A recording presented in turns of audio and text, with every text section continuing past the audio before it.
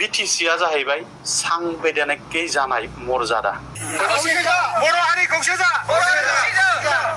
जय बर' हारिनि जय बर' हारिनि जायफ्रा गावबा गावनो मिथिगौ सोर सोरहा थाखानानै न' बां थाखानानै फरायसायाव स्रां फैदों गावबा गावनो मिथिखागो। दा बिथांमोना थांफिननाया मोजां, बेवहाय आरो गुबुन पलिटिक्स खालामनाङा। आंबो सेक्रिफाइस होयो, नोंबो सेक्रिफाइस होयो, बे बाथ्राखौ लाबोनाङा। सेक्रिफाइसनि मिनिङा बे नङा, माबा मोनसे मोननो थाखाय नङा। BTCआ जाहैबाय सांबैधानिकै जानाय मर्यादा आरो बै जाबाय a piece of document. A piece of document माने मा? एनि डकुमेन्ट। कन्ट्रेक्ट एग्रिमेन्टबो जानो हागौ, नङा होमबा? एग्रिमेन्ट आरो बिटुइन द पार्टिस। दा बे मोनसे रोखोमनि a piece of document. Government of India दंबाव, नङा होमबा?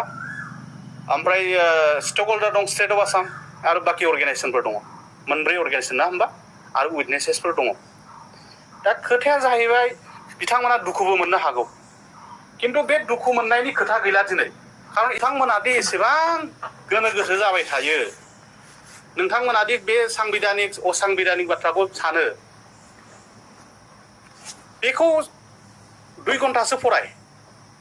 जायफ्रा एखेबारे बुजियाखै 2 घन्टा फराय। 6 सिडिउलनि प्रभिजनफोरखौ मोजां टन्न फराय। इंलिश मिडियामनि गोबां दं, जोंथ' बर' मिडियामनिफ्रायसो फैनाय नालाय बांद्राय बुजिया जानो हागौ।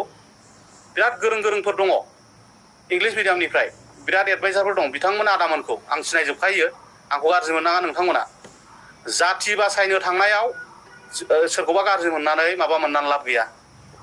गाव रोङा बेस्रा मानगोनां चिफ एक्जिकिउटिभ मेम्बार, ना होमबा? चिफ एक्जिकिउटिभ मेम्बार बिटिआरनि, नङा होमबा?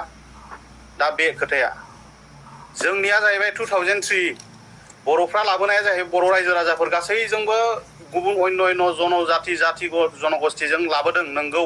सोरजों सहि खालामदों बे खोथा नङा, BLTजों खालामदों ना मादों बे खोथा नङा। मेन खोथाया जाहैबाय बर'फोरनिसो एकर्ड बियो।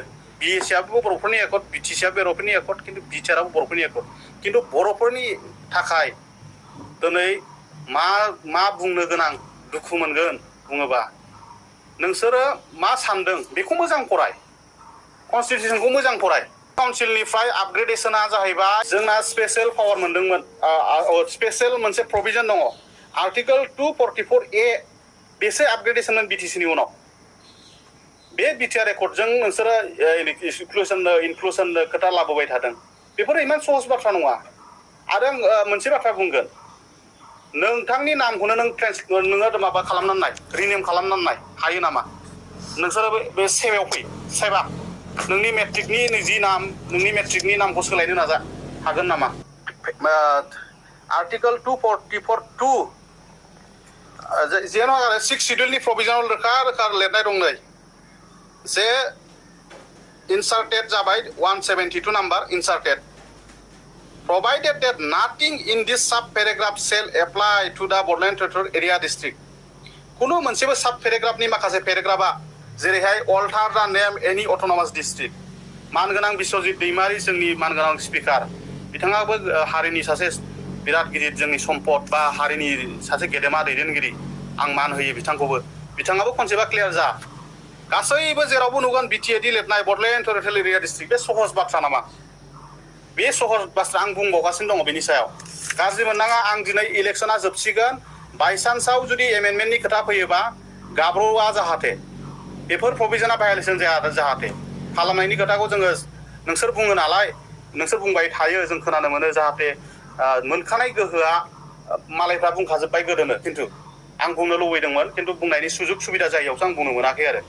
आं सुजुग सुबिदा जायैयावसो कुनु धरननि जोंनिया जाहैबाय डिस्टिंक्ट, जोंना डिस्टिंक्ट BTC एकर्डआ डिस्टिंक्ट एक्जिकिउटिभ एन्ड लेजिस्लेटिभ पावारखौ कुनु रावबो दांनो हाया, स्टेटनिफ्राय कुनु पावार गैया। खिन्थु नोंसोरो मा एक्जिकिउटिभ अर्डार लानानैनो मा सानबाय थादों बुजिनो हाला। जातिया अलखदाव बिदिबा थांगोन, जि थांगासिनो दं थांगोन आरो।